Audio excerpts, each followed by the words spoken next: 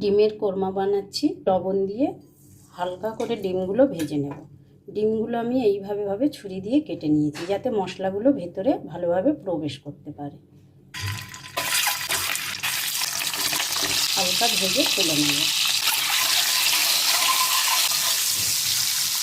ডিম ভেজে নিয়েছিলাম, সেই একই তেলে দিয়ে দেবো 2টো শুকনো লঙ্কা, তেজপাতা আর গরম মশলা। গরম মশলাগুলো একটু শিলে থেঁতো করে দিয়েছি। হালকা নেড়ে চেড়ে বেটে রাখা পেঁয়াজ। পেঁয়াজটা ভালোভাবে কষানো হয়ে গেলে আদা বাটা, কাঁচা লঙ্কা বাটা, রসুন বাটা।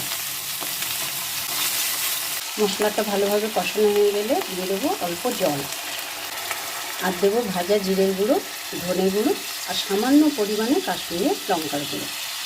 আবারও ভালোভাবে কষিয়ে নেব। দিয়ে দেবো লবণ।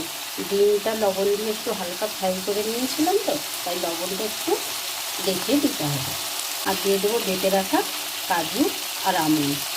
এটা শুধু একটা বাদাম দিয়েই হবে, আমি 2 রকম দিলাম, আমন্ডেও হবে, কাজুতেও হবে, পোস্ততেও হবে।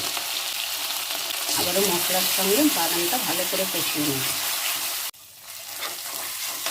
বাদাম বাটা আর মশলা ভালোভাবে কষানো হয়ে গেছে।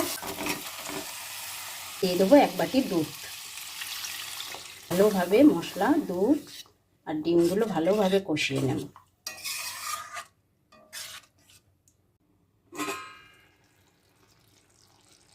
দিয়ে দেবো একটু চিনি, কয়েকটা কিশমিশ, চেরা কাঁচা লঙ্কা, পেঁয়াজ বেরেস্তা, দেবো একটু ঘি।